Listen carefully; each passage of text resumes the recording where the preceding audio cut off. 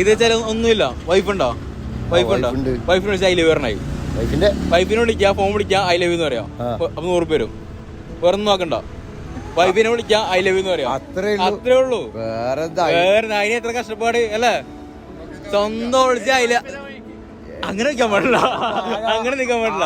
ഒരു വൈഫേ ഉള്ളൂ. നിന്റെ മാതിരി കൊറേ വൈഫൊന്നുമില്ല.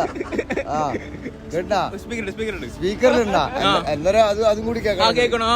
എന്നേരം ചോദിക്കാം എന്താ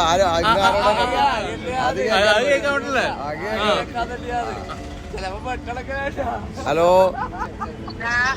I love you. I love you.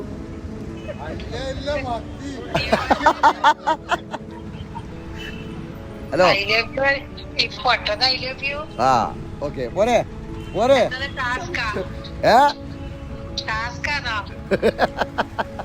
മനസ്സിലാക്കുന്ന പുള്ളിക്കാരൻ നല്ല ഉഷാറുണ്ട്. അപ്പൊ പുള്ളിക്കാരൻ മനസ്സിലായല്ലേ?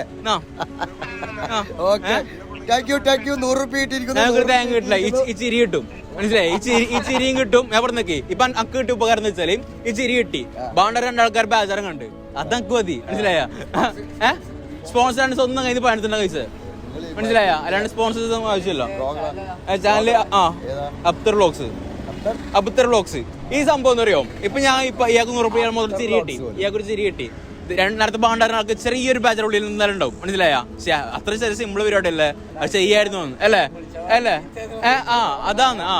ആ ഒരു ഹാപ്പിനെസ് വളരെ സൈക്കോ വിളിക്കാം. ഓക്കെ, അപ്പൊ ഹാപ്പി അല്ലേ? ഹാപ്പി അല്ലേ? Do like, do share, do subscribe.